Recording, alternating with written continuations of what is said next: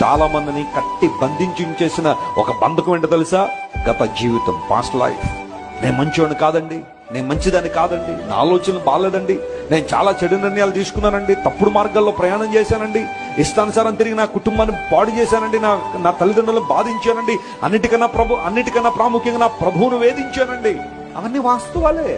అయితే రా ప్రభు దగ్గరికి. ప్రభు అదే కదా వాగ్దానం చేశాడు. కాగా ఎవడైనా క్రీస్తునందు అంటే వాడు నూతన సృష్టి. నూతన సృష్టి అంటే అర్థం ఏంటో తెలుసా? నీ పాత ఆలోచనలు, పాత ఉద్దేశాలు, పాత ఆలోచనలు, తలంపులు ఇవన్నీ కూడా దేవుడు తుడిచివేసి నీకు నూతనమైన బిగినింగ్ ఇస్తాడు. ఆ బిగినింగ్ ఎలా ఉంటదంటే, ఆరంభం ఎలా ఉంటదంటే, ప్రభు కొరకు నువ్వు జీవితకాలం జీవించగలిగే ఒక అద్భుతమైన ఆరంభం. రాగలవు ప్రభు దగ్గరికి, నేను వాడుకుంటాడమ్మా.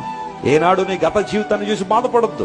నీ పాస్ట్ మిస్టేక్స్ ని నీ ఫ్యూచర్ ని శాసించేవిగా చేసుకోవద్దు. ఇచ్చే నీ జీవితం ప్రభు చేతిలో పెట్టే. ప్రభు చేతిలో నీ జీవితాన్ని పెట్టు. ప్రభు బలంగా నేను వాడుకుంటాడు.